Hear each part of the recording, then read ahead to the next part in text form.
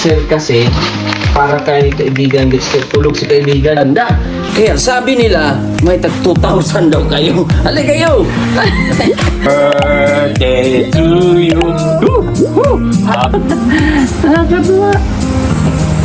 Tawa. Tawa pa rin. Laban lang, ganyan talaga. Ay, ito kay Kuya!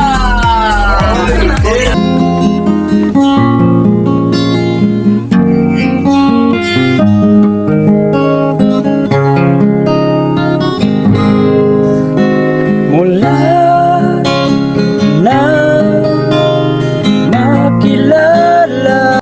So yun, good morning po. Good morning mga kababayan. At ito yung update natin ngayon. Meron na pong canopy o meron na rin po siyang bubong dito sa ating balkon. At ayan, meron din kaming kinuha ngayon na certification para sa kuryente. So na-apply na rin ito. So ito lang po yung isa sa mga kailangan din na ma-apply sa kuryente nila Kuya Rodel. So ang ating mga panday ngayon ay beauty rest sila kasi kahapon Sunday ay nagtrabaho sila dito para mahabol po yung dito na side at nakabubong na rin.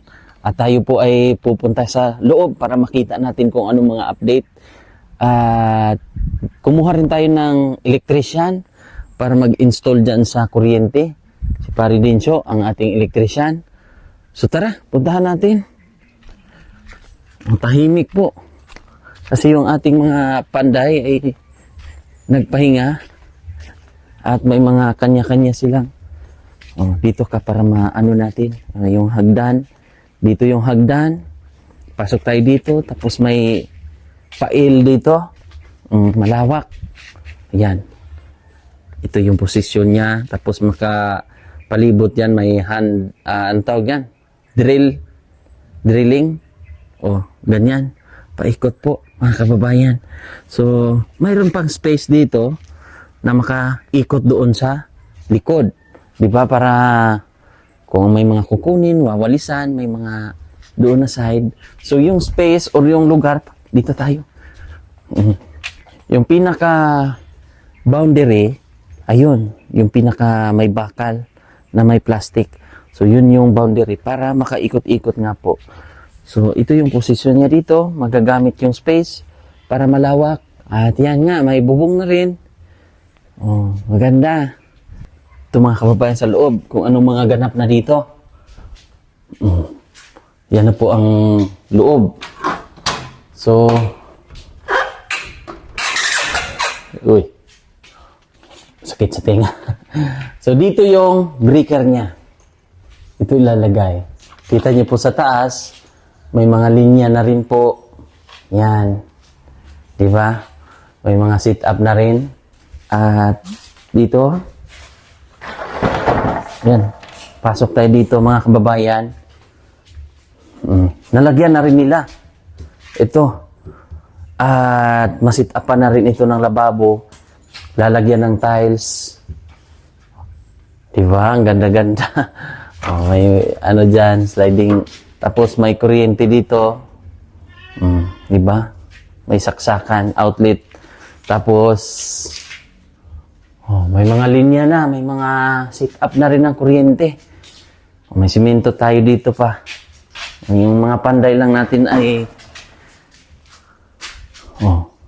yan na lang yung kailangan, double walling. Tapos, may tiles na rin tayo para sa balkon. Ito, kulay gray na medyo magaspang na hindi delikado. So, dito naman may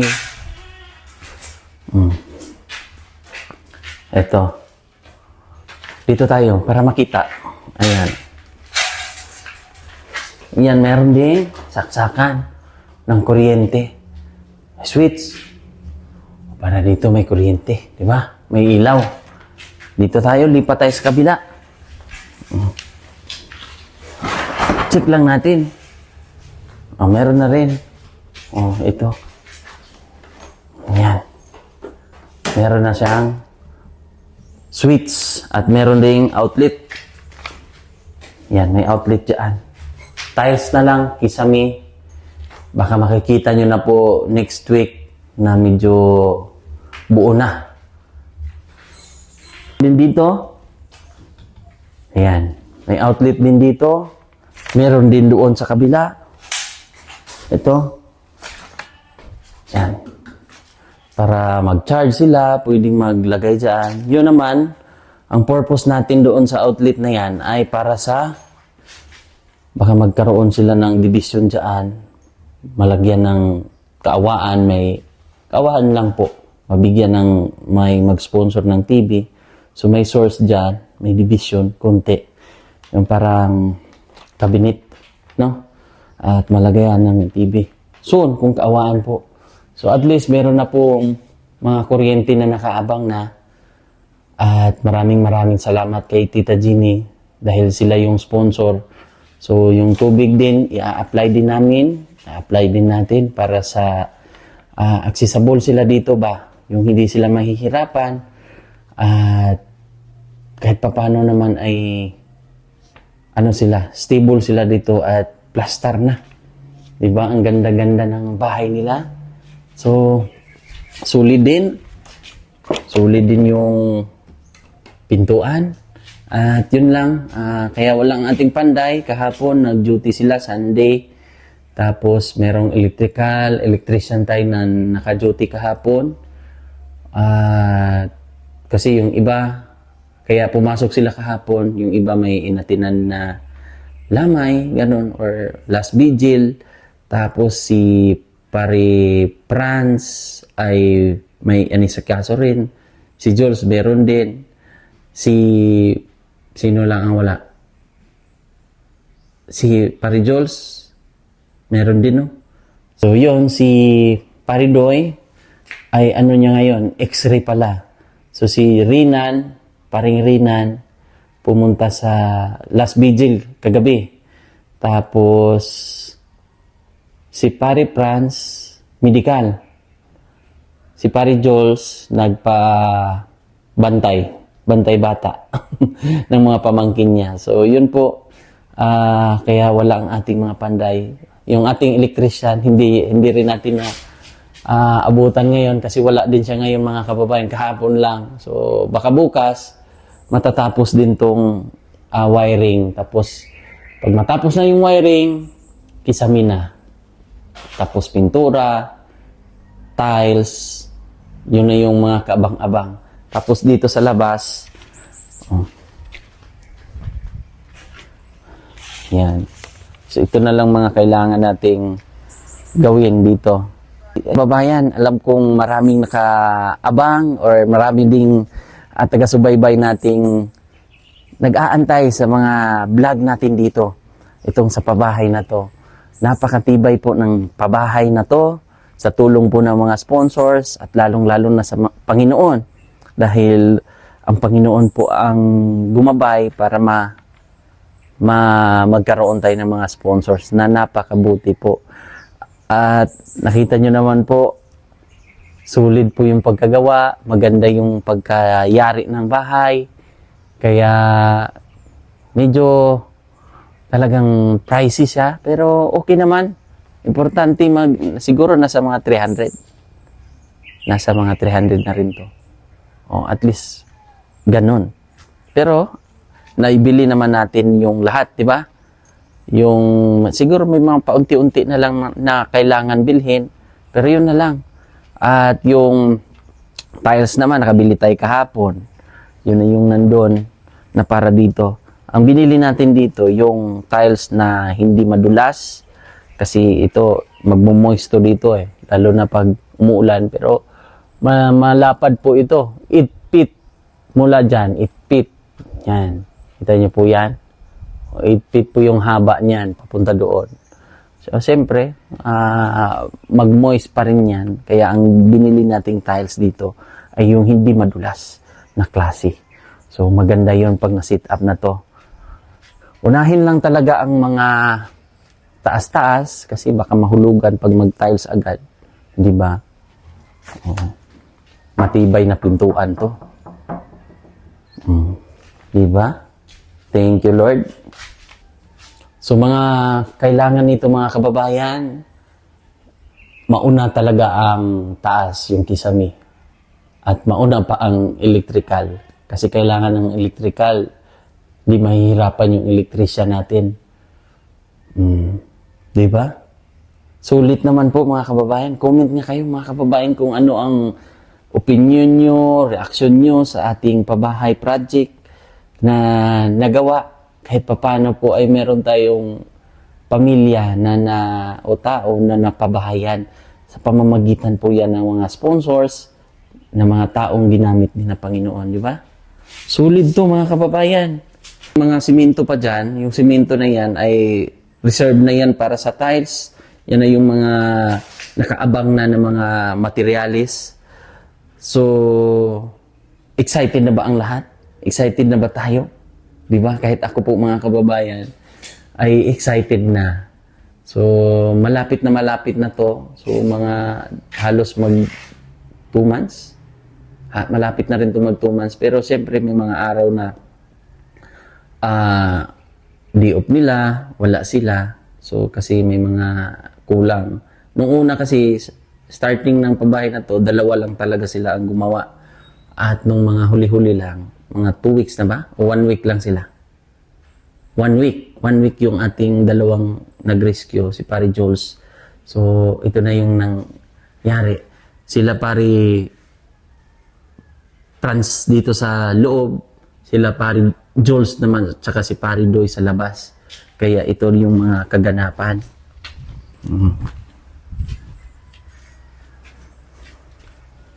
Nice, no? Nice ba ang bahay nila? Ayan. Ang mga viewers na natin ang bahalang mag-comment kung ano ang kanilang opinion para sa bahay na to. Lalo na pag matapos talaga. Pag nalagyan na yan ng mga grills dyan, yung handrail, tama ba? Handrail?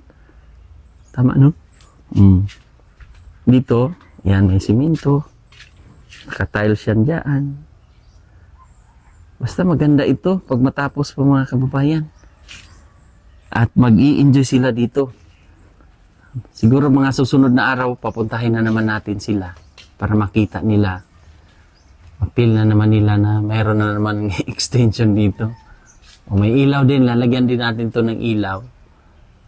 2 dito para maliwanag sa gabi. Sosyal ang kanilang pamamahay. Kanilang bahay, sosyal. Kahit na ganito lang po ang pangarap nating bahay ng mga kuan. Maraming nangangarap ng mga tao na magkaroon ng ganitong tahanan.